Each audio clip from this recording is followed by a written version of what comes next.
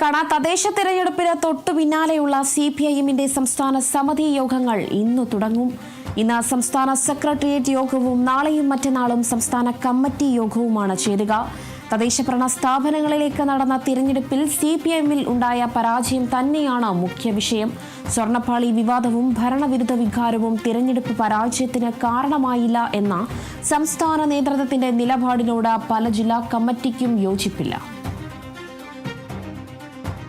വിവരങ്ങളുമായി ഡി ബിനോയാണ് ചേരുന്നത്. ഡി ബിനോയ്, എന്തായാലും തദ്ദേശ തിരഞ്ഞെടുപ്പിന് തൊട്ടു പിന്നാലെ ഇപ്പോൾ CPIM-ന്റെ സംസ്ഥാന സമിതി യോഗങ്ങൾ തുടങ്ങുകയാണ്. ഇന്ന് സംസ്ഥാന സെക്രട്ടേറിയറ്റ് യോഗവും നാളെയും മറ്റന്നാളും സംസ്ഥാന കമ്മിറ്റിയുമാണ് ചേരുക. എന്തായാലും സ്വർണ്ണപ്പാളി വിവാദവും അങ്ങനെ തദ്ദേശ തിരഞ്ഞെടുപ്പിൽ CPIM നേരിട്ട പരാജയം എന്തായാലും ഇതിൽ പ്രധാന വിഷയമാകും. നിയമസഭയിലേക്കുള്ള ആദ്യ ചൂണ്ടുപലകയായ തദ്ദേശ തിരഞ്ഞെടുപ്പിൽ CPIM-നുള്ള ഒരു പരാജയം അല്ലെങ്കിൽ തിരിച്ചടിയിൽ എന്തായാലും ഇനി അതൊരു ആവർത്തനമാവാതിരിക്കാനുള്ള ഒരു യോഗം തന്നെയായിരിക്കും ഇത്, അല്ലേ? 3 ദിവസം നീണ്ടു നിൽക്കുന്ന സംസ്ഥാന സമിതി യോഗങ്ങളാണ് തിരുവനന്തപുരത്ത് ഇന്ന് ചേരുന്നത്. ആദ്യ ദിവസമായി ഇന്ന് സംസ്ഥാന സെക്രട്ടേറിയറ്റ്, അടുത്ത 2 ദിവസങ്ങളിൽ സംസ്ഥാന സമിതി യോഗങ്ങളും ചേരും. നേരത്തെ തദ്ദേശ ഭരണ തെരഞ്ഞെടുപ്പ് ഫലം വന്നതിന് ശേഷം ഒരു ദിവസം സംസ്ഥാന സെക്രട്ടേറിയറ്റ് യോഗം ചേർന്നിരുന്നു. പക്ഷേ അന്നത്തെ വിലയിരുത്തൽ സ്വർണ്ണപ്പാളി വിവാദവും ഭരണവിരുദ്ധ വികാരവും സംസ്ഥാനത്ത് പരാജയം ഉണ്ടായിട്ടില്ല, വോട്ട് ശതമാനം കുറഞ്ഞിട്ടില്ല. പക്ഷേ ചില മേഖലകളിൽ BJPക്ക് അനുകൂലമായ നീക്കവും UDF-ന് അനുകൂലമായ ഒരു നീക്കവും ഉണ്ടായി. അത് പാർട്ടിക്ക് ഒരു പരാജയമായി കണക്കാക്കേണ്ടതില്ല. തദ്ദേശ ഭരണ തെരഞ്ഞെടുപ്പിൽ സാധാരണഗതിയിൽ വ്യക്തിപരമായ വോട്ടുകളാണ് ലഭിക്കുന്നത്. അത്തരത്തിലൊരു നീക്കമായി മാത്രം ഇതിനെ കണ്ടാൽ മതി എന്നായിരുന്നു അന്ന് സെക്രട്ടേറിയറ്റ് യോഗത്തിന്റെ വിലയിരുത്തൽ. എന്നാൽ അതിൽ നിന്നും വ്യത്യസ്തമായി തിരുവനന്തപുരം ജില്ലാ കമ്മിറ്റി ഉൾപ്പെടെ വലിയ തരത്തിലെ വിവാദങ്ങൾ ഉയർത്തിവിട്ടിരുന്നു. പ്രത്യേകിച്ചും തിരുവനന്തപുരം കോർപ്പറേഷൻ BJP പിടിച്ചെടുക്കാനുണ്ടായ സാഹചര്യം പാർട്ടി നേതൃത്വം തന്നെ ചർച്ച ചെയ്യണമെന്ന ഒരു ആവശ്യം മുന്നോട്ട് വെച്ചിരുന്നു. അതിൽ പ്രധാനമായും പറയുന്ന ഒരു കാര്യം, സ്വർണ്ണപ്പാളി വിവാദം വലിയ തരത്തിൽ സംസ്ഥാനത്തിന്റെ വിവിധ സ്ഥലങ്ങളിൽ ചർച്ചയായി. പക്ഷെ അത് നേതൃത്വം കാര്യമായി മുഖവിലേക്ക് എടുത്തില്ല എന്നുള്ളതായിരുന്നു ഒരു പ്രധാന ആരോപണം. മാത്രവുമല്ല, ചില വ്യക്തികളെ കേന്ദ്രീകരിച്ച് നടത്തിയ തെരഞ്ഞെടുപ്പ് പ്രചരണ പരിപാടികൾ പാർട്ടിക്ക് ദോഷം ചെയ്തു. അത് പ്രത്യേകിച്ച് തിരുവനന്തപുരം ജില്ലയിൽ ആയിരുന്നു. അതേസമയം തിരുവനന്തപുരം, കൊല്ലം, പത്തനംതിട്ട ജില്ലകളിൽ പാർട്ടിക്കുണ്ടായ പരാജയം, തെക്കൻ ജില്ലകളിൽ പാർട്ടിക്ക് ഉണ്ടായ നഷ്ടം എന്ന് തന്നെയാണ് ചില യോഗങ്ങളിൽ, ജില്ലാ കമ്മിറ്റി യോഗങ്ങളിൽ വിലയിരുത്തിയത്. ഇതേ തുടർന്ന് ഒരു 22 ചോദ്യാവലി പാർട്ടി സംസ്ഥാന നേതൃത്വം ജില്ലാ ഘടകങ്ങൾക്ക് നൽകിയിരുന്നു. എന്നാൽ ഈ ചോദ്യാവലിയിൽ നിന്നും സ്വർണ്ണപ്പാളി വിവാദവും ഭരണവിരുദ്ധ വികാരവും ഒഴിവാക്കി നിർത്തിയിട്ടുള്ള 22 ചോദ്യങ്ങളടങ്ങിയ ഒരു ചോദ്യാവലിയാണ് നൽകിയത്.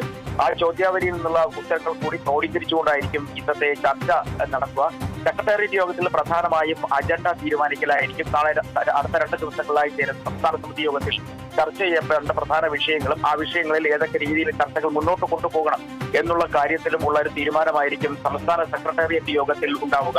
അതേസമയം സംസ്ഥാന സമിതി യോഗത്തിൽ ഓരോ ജില്ലകൾ കേന്ദ്രീകരിച്ച് പാർട്ടിക്ക് ഉണ്ടായ പരാജയം, വിജയം എന്നിവ ചർച്ച ചെയ്യും എന്നുള്ളത് ഉറപ്പാണ്. കാരണം എല്ലാ ജില്ലാ സെക്രട്ടറിമാരും ജില്ലകളിൽ നിന്നുള്ള സംസ്ഥാന കമ്മിറ്റി അംഗങ്ങളും ഒക്കെ തന്നെ ഈ ജില്ലാ സമിതി യോഗത്തിൽ പങ്കെടുക്കുന്നത് കൊണ്ട് തന്നെ വലിയ തരത്തിലുള്ള ചർച്ചയ്ക്കുള്ള സാധ്യത ഉറപ്പാണ്.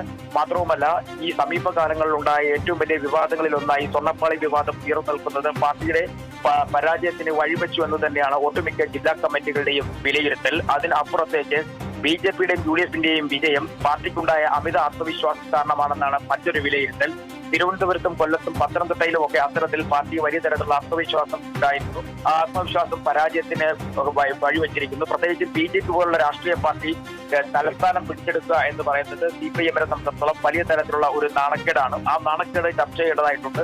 ഇത്തരത്തിൽ ഒരു ഉയർച്ചയ്ക്ക് BJPക്ക് വഴിവെച്ച ഘടകങ്ങൾ എന്തൊക്കെയാണ് എന്നുള്ളതാണ് മറ്റൊരു ചോദ്യമായി നിൽക്കുന്നത്. അതേസമയം കൊല്ലം ജില്ലയിൽ ഉറപ്പായും വിജയം പ്രതീക്ഷിച്ചിരുന്നായിരുന്നു കോർപ്പറേഷന്റെ കാര്യത്തിൽ. എന്നാൽ കോർപ്പറേഷൻ മാത്രമല്ല, ജില്ലാ പഞ്ചായത്തിൽ ഒക്കെ തന്നെ തൊട്ടടുത്ത് വരെ എത്തിച്ചേർന്നിരിക്കുന്നു വോട്ടിന്റെ കാര്യത്തിൽ. അത്തരത്തിൽ ജില്ലാ തലത്തിൽ പോലും പാർട്ടിക്ക് വലിയ തരത്തിലുള്ള നാണക്കേടുണ്ടാകുന്ന തരത്തിലുള്ള പരാജയങ്ങൾ ഉണ്ടായിരിക്കുന്നു എന്നുള്ളത് ആണ് ഒട്ടുമിക്ക ജില്ലാ കമ്മിറ്റികളിലും ചർച്ച ചെയ്യപ്പെട്ടത്. എന്തായാലും ഇതിൽ ഒരു പ്രധാനപ്പെട്ട കാര്യം എടുത്തു പറയുക, നിയമസഭാ തെരഞ്ഞെടുപ്പിലേക്ക് ഇനി ദിവസങ്ങൾ മാത്രം, അതായത് കേവലം 2 മാസത്തിനുള്ളിൽ തന്നെ തെരഞ്ഞെടുപ്പ് പ്രഖ്യാപനം വരും എന്നുള്ള പ്രതീക്ഷയാണ് ഇപ്പോൾ സംസ്ഥാന സർക്കാരിനുള്ളത്. അതുകൊണ്ട് തന്നെ ഈ പരാജയ കാരണങ്ങൾ ചർച്ച ചെയ്ത് വേഗത്തിൽ അതിന്റെ മറുപടി കണ്ടെത്തുക, ആ പ്രശ്നങ്ങൾ പരിഹരിച്ച് മുന്നോട്ട് പോകുക. അല്ലാത്ത പക്ഷം നിയമസഭാ തെരഞ്ഞെടുപ്പിലും വലിയ തരത്തിലുള്ള പരാജയത്തിന് വഴിവെക്കും എന്നുള്ളത് പാർട്ടി നേതാക്കൾക്ക് തന്നെ അറിയാം.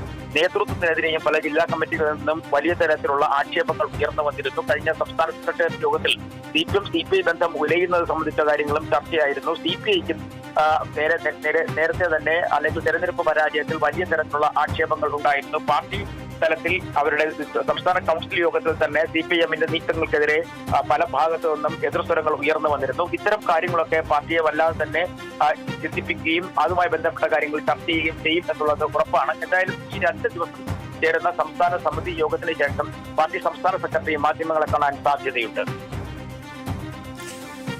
ശരി ബിനോയ്, ഏതായാലും